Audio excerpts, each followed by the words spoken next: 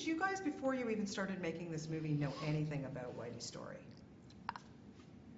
I did. I'm from the Boston area, so I knew a little bit about the story. And actually, it's amazing how it's still very present for everyone who's from there. They all have Whitey stories, whether they knew him or just reading about it at the time, and it sort of gripped the whole city. But it was more when he was captured that I think brought it back to the forefront of people's minds. And I mean, the story itself is unbelievable, but then that he's captured where he is all those years later just brings it to a whole other level. Absolutely. And you can't write this stuff. Like, no. Wow, this is Hollywood movie. Like, it's unbelievable that it's so real. Did you do any research into even the character? I did. Tell me a little bit about that. I did. There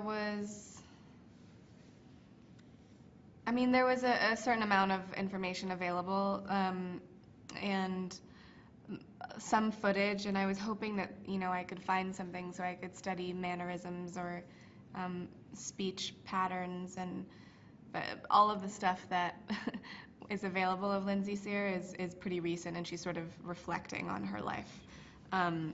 So I didn't get to see anything of their time together, obviously.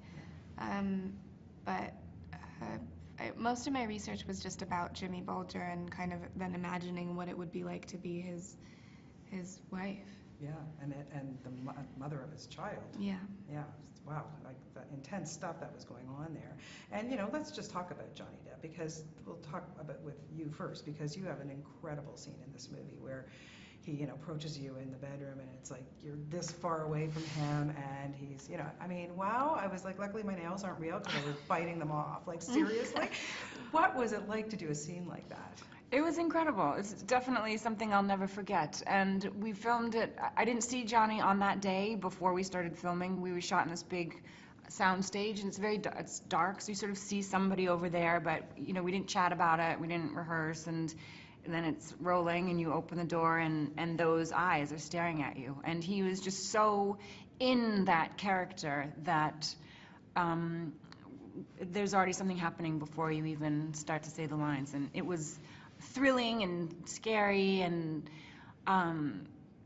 but the interesting thing, like, everybody's so scared, but when I did it, there was a very real seduction happening also. There was like a threat and a seduction, and there was so much going on. So when you feel something happening or things that are surprising you, that's as good as it gets. Yeah, absolutely. Dakota, what was it like for you to work opposite someone like Johnny Depp?